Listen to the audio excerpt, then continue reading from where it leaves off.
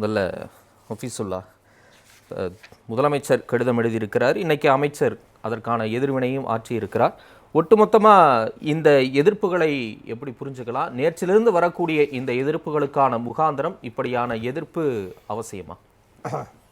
முதல்ல கடந்த ஒரு வாரமாக தமிழ்நாட்டு அரசியலில் பேசப்பட்ட விஷயம் திமுக பாஜகவோட சமரசம் பண்ணிக்கிச்சு, நெருங்கி போய்கிட்டு இருக்காங்க அப்படின்னு சொன்னவங்களுக்கு நேற்று முதல்வருடைய அறிக்கை ஒரு பதிலாக இருக்குது. நாங்கள் இன்னமும் தமிழ்நாட்டுடைய குரலுக்காக பேசிக்கிட்டே தான் இருக்கிறோம். பாரதிய ஜனதா கட்சி என்னைக்குமே தமிழ்நாட்டுக்கு நல்லது பண்ணாது. அப்படி நல்லது பண்ணாத பாரதிய ஜனதா கட்சியை எதிர்த்து கொண்டிருப்போம் அப்படின்றது அந்த அறிக்கையுடைய ஒரு அடித்தளமாக, ஒரு அடிப்படை விஷயமா நம்ம பார்க்க வேண்டியதாக இருக்குது. இன்னைக்கு இந்த விஷயம் என்ன, ஏன் அரசியலாக்கப்படுகிறது அப்படின்றதுக்கு முதல்ல ஒன்றிய அரசு ஒன்று புரிஞ்சுக்கணும். இன்னைக்கு எதுவுமே ஒத்திசைவு பட்டியலை இல்லாத மாதிரி எல்லாமே யூனியன் லிஸ்ட்டுக்குள்ளே கொண்டு போய் எல்லாமே ஒன்றிய அரசு தீர்மானிக்கக்கூடிய சுகாதாரம் சார்ந்த விஷயமா இருக்கட்டும், கல்வி சார்ந்த விஷயமா இருக்கட்டும். கல்வி என்பது ஒரு கன்கரண்ட் லிஸ்ட்ல இருக்கிற விஷயம். ஆனால் அதில் மாநில அரசுகளுக்கு எந்த உரிமையும் கிடையாது. நாங்கள் சொல்றது செஞ்சா உங்கள் கிராண்ட்ஸ். வழக்கமாக இங்கே வரக்கூடிய நிதி பகிர்வை பற்றி பேசக்கூடிய பாஜகவினர் என்ன சொல்லுவாங்கன்னா, நேரடியாக இவ்வளோ கொடுத்துட்டோம், கிராண்டின் எய்ட்ஸா நாங்கள் இவ்வளோ கொடுக்குறோம் அப்படின்றப்ப இந்த கிராண்டின் எய்ட்ஸில் நீங்கள் எவ்வளோ அநியாயம் பண்ணிக்கிட்டு இருக்கீங்கன்றதுக்கான உதாரணம் இது. இந்த டைம்லைன் என்னன்னு நீங்கள் நல்லா புரிஞ்சுக்கோங்க. 2001 சர்வ சிக்ஷா அபியான்னு பாஜக அரசாங்கம், என்டிஏ கலைஞர் அவர்களுடைய அதில் இருந்த அரசாங்கம் கொண்டு வருது. அந்த திட்டம் தொடர்ந்து வந்துக்கிட்டே இருக்குது. அந்த திட்டத்தை விரிவுபடுத்துகிறாங்க. யூபிஏல ஆர்டி அடிப்படை கல்வி உரிமை சட்டத்தை எல்லாம் கொண்டு வந்து சர்வ சிக்ஷா அபியான் மூலமாக வழங்கிக்கிட்டு வரும்போது திடீர்னு பல திட்டங்களை ஒருங்கிணைச்சு அதை பேரை மாற்றி 2019 சமகர சிக்ஷா அப்படின்னு ஒரு திட்டத்தை கொண்டு வராங்க. அதுக்கப்புறம் 2020 தேசிய கல்விக் கொள்கையை கொண்டு வராங்க. அதுக்கப்புறம் 2022 பிஎம் ஸ்ரீ ஸ்கூல்ஸ்ன்னு கொண்டு வராங்க.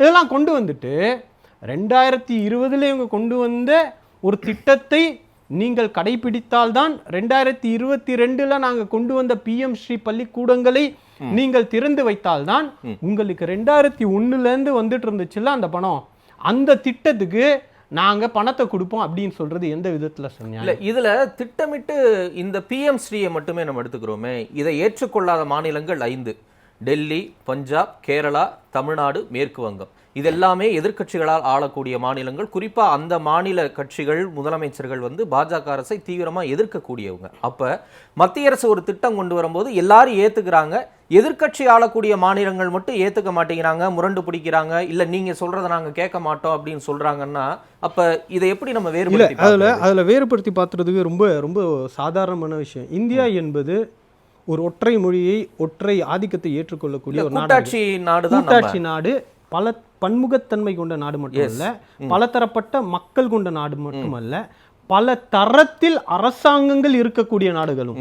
அப்ப நீங்க தமிழ்நாடையும் யூபியையும் 2 அரசாங்கங்களை நீங்க கம்பேர் பண்ணவே முடியாது.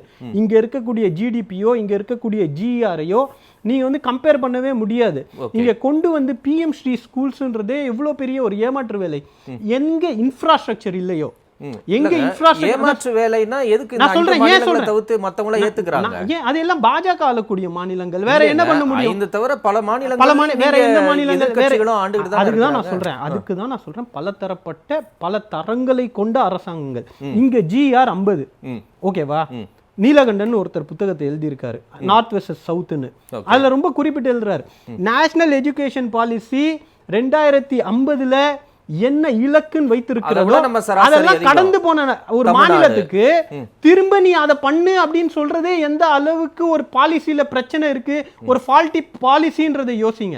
அது சரி, பிஎம்சினா புதுசா பள்ளிக்கூடத்தை கட்டி கொடுக்குறாங்களா? கிடையாது. ஏற்கனவே இருக்கக்கூடிய இப்ப சென்னை மிடில் ஸ்கூல் இருக்குன்னு வச்சுக்கோங்க. தமிழ்நாடு அரசு இது பிஎம் ஸ்ரீ ஸ்கூலா ஏத்துக்குது அப்படின்னா, PM Shri middle school Chepauk, PM Shri middle school Tirunelveli அப்படின்னு ஸ்டிக்கரை ஒட்டிட்டு ஒரு 1.5 கோடி ரூபா கொடுத்துருவாங்க. இல்ல இந்த திட்டம் எந்த நாளைக்குன்னா 2027 முடியுது.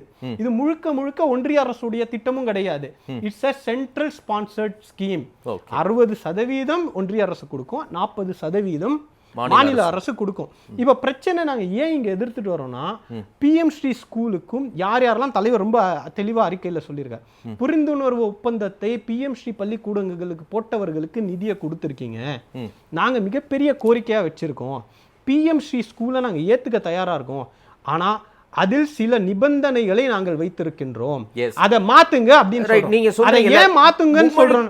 மும்மொழி கொள்கையை நீங்க ஏத்துக்க மாட்டோம், அது நம்ம மாநில அரசுடைய கொள்கையா இருக்கு, திமுக அதிமுக யார் வந்தாலும் இருக்கு. அதை தான் இன்னைக்கு அண்ணாமலைகிட்ட கேள்வி கேட்கும்போது அவர் என்ன சொல்றாருன்னா, மும்மொழி கொள்கை உங்களுக்கு சிக்கல்னா அதுல ஹிந்தி தான் சிக்கல் நினைக்கிறேன், ஹிந்தி வேண்டாம், தமிழ்நாட்டுல தமிழை தாய்மொழியாக நிறைய பேர் இருக்கிறாங்க. இல்ல அண்ணாமலைக்கு நான் ஒரே ஒரு பதில் சொல்லிடுறேன். கேந்திர வித்யாலயால எத்தனை தமிழ் ஆசிரியர்கள் இங்க இருக்கிறார்கள் அப்படின்னு ஒரு ஆர்டிஐ போடப்பட்டு வெப்சைட்ல இருக்குது. இருக்கக்கூடிய பள்ளிக்கூடங்கள் 49 பள்ளிக்கூடங்கள் தமிழ்நாட்டுல, கேந்திர வித்யா பள்ளிக்கூடங்கள் 49 பள்ளிக்கூடங்கள். அதுல 109 பேர் ஹிந்தி ஆசிரியர்கள் இருக்கிறார்கள், 53 சமஸ்கிருத ஆசிரியர்கள் இருக்கிறார்கள், தமிழ் ஆசிரியர்கள் 0, ஒருத்தர் கூட இல்ல. இப்ப இன்னைக்கு கேந்திர வித்யாலயாலே நீங்க இந்த நிலைமை தான். ஓகேவா, கம்பல்சரியா 2வது மொழி இருக்கணும்ன்ற இடத்துல தமிழுக்கு தமிழ்நாட்டில் இடம் இல்லை அப்படின்ற ஒரு சூழல் இருக்கும்போது இந்திய எதிர்த்துருங்கன்னு யாரை ஏமாத்துற வேலை? இன்னைக்கு ஏகலைவ பள்ளிக்கூடங்கள்ல இப்ப சமீபத்தில் பிரச்சனை வந்திருக்குது. ஆந்திரால இருக்கக்கூடிய மலைவாழ் மக்களுக்கு ஹிந்தி அவசியமா? இன்னைக்கு பிரச்சனை என்னன்னா, மலைவாழ் மக்களை பள்ளிக்கூடத்துக்கு கூப்பிட்டு வர்றது சிக்கலா இருக்கு. அப்ப யார் கூப்பிட்டு வர முடியும்? அங்க இருக்கக்கூடிய தெலுங்கு மொழி பேசக்கூடிய ஆசிரியர்கள் இருந்தாதான் வரும். நீ ராஜஸ்தான்ல இருந்தும் யூபில இருந்தும் கூப்பிட்டு வந்து மலைவாழ் மக்களுக்கு ஏகலைவ பள்ளிக்கூடங்கள்ல திணிச்சனா அவன் ஏற்கனவே கஷ்டப்பட்டு பள்ளிக்கூடத்துக்கு வரான். அப்ப இந்த சிம்பிள் பாலிசி அண்டர்ஸ்டாண்டிங் இல்லாத தேசிய கல்விக் கொள்கையும் பிஎம் ஸ்ரீயையும் எதிர்க்காம வரவேற்க சொல்றோமா? அடுத்தது நிதி இருக்கு. உங்க பிரதமரை போய் நார்த் ஈஸ்ட்லயும் பீஃப் பேன் சொல்லுங்க, யூபிலயும் பீஃப் பேன் சொல்லுங்க. எவ்வளவு ரெட்ட நிலைப்பாடு?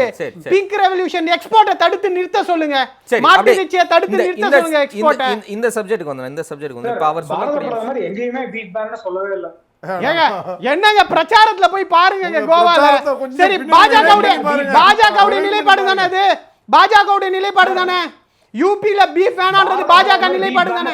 பாஜகவோட மானிஃபெஸ்டோல பீஃப் பேன் இருக்கா? பாஜகவுடைய கொள்கை என்ன? பீஃப் பேன் ஆதரிக்கிறீங்களா நீங்க? ஐயப்பன் ராமசுவாமி பீஃப் சாப்பிடுறத ஆதரிக்கிறீங்களா? ஏன் நார்த் ஈஸ்ட்ல போனா ஒரு நிலைப்பாடு, மகாராஷ்டிரால வந்தா ஒரு நிலைப்பாடு, யூபில வந்தா ஒரு நிலைப்பாடு, கேரளால வந்தா ஒரு நிலைப்பாடு. சரி, ஓகே இந்த சப்ஜெக்ட் வாங்க. இல்ல அவர் வர இருங்க. அதனால animal welfare board of India என்னதான் பண்ணாலும் பரவாயில்லை நீங்க சும்மா இருந்தீங்க. அதனால அன்னைக்கு ஜல்லிக்கட்டே பேன் பண்ணப்பட்டுச்சு. சரி, இல்ல வர ராமசாமி உங்ககிட்ட ஒரு கேள்வி கேட்டா அதுக்கு பதில் சொல்லுங்க. மறு கேள்வியை கேக்குறதெல்லாம் இருக்குல்ல, பதில் இல்லன்றது காட்டுது. சரி, ஆபீஸ் இந்த விஷயத்துக்கு எஜுகேஷன் செஸ் தலைப்புக்கு வரும். எஜுகேஷன் செஸ்ன்னு தமிழ்நாட்டுல இருந்து எத்தனை பேர் வருமான வரி கட்டுறாங்களோ அவங்க கிட்ட இருந்து வாங்குறாங்க. நான் கட்டுற வரியில இருந்து 3% டாக்ஸபிள் அமௌண்ட்ல எஜுகேஷன் செஸ்ஸை தமிழ்நாட்டில் இருக்கக்கூடியவர்கிட்ட இருந்து வாங்கிட்டு, ஆனா திருப்பி கொடுக்கும்போது பிஎம் ஸ்ரீல நீ ஒத்துக்கிட்டாதான் உனக்கு தருவேன் அப்படின்னா என்கிட்ட இருந்து செஸ் வாங்காதீங்க, எஜுகேஷன் செஸ் என்கிட்ட வாங்காதீங்க. நான் ஒரு தமிழ்நாட்டிலிருந்து இருக்கக்கூடிய இந்தியாவுடைய குடிமகன், நான் என்னுடைய மாநிலத்திற்கும் கல்வி வேண்டும் என்பதற்காக நான் என் மாநில அரசு விரும்பக்கூடிய கொள்கையை ஒத்துக்கொண்டு நான் இங்க குடிமகனா இருக்கும்போது நான் ஒரு வரியை கட்டுறேன், எஜுகேஷன் செஸ்ன்னு என்கிட்ட இருந்து வாங்கிட்டு, ஆனா திரும்பி என் மாநிலத்துக்கு கொடுக்கப்படும் போது என் மாநில மக்களுக்கு எதிராக, என் மாநிலத்துக்கு எதிராக இருக்கக்கூடிய கொள்கையில நீ கையெழுத்து போட்டாதான், அண்ணன் ரொம்ப தெளிவா சொல்றாரு, ஒரு ப்ரீ கண்டிஷனை கொண்டு வந்து திணித்து இதை நீ ஒத்துக்கொண்டாதான் அப்படின்னா இது அடாவடித்தனமான ஒரு வேலை, இதை நாங்க எதிர்க்கிறோம். நீங்க செஸ்ஸை வாங்காம இதெல்லாம் பேசுங்க. அடுத்தது இன்னும் 5 வருஷம் தாங்க, அதுக்கப்புறம் மாநில அரசே இந்த கட்டமைப்பை மெயின்டைன் பண்ணணும்ன்ற ஒரு கொள்கையை கொண்டு வராங்க.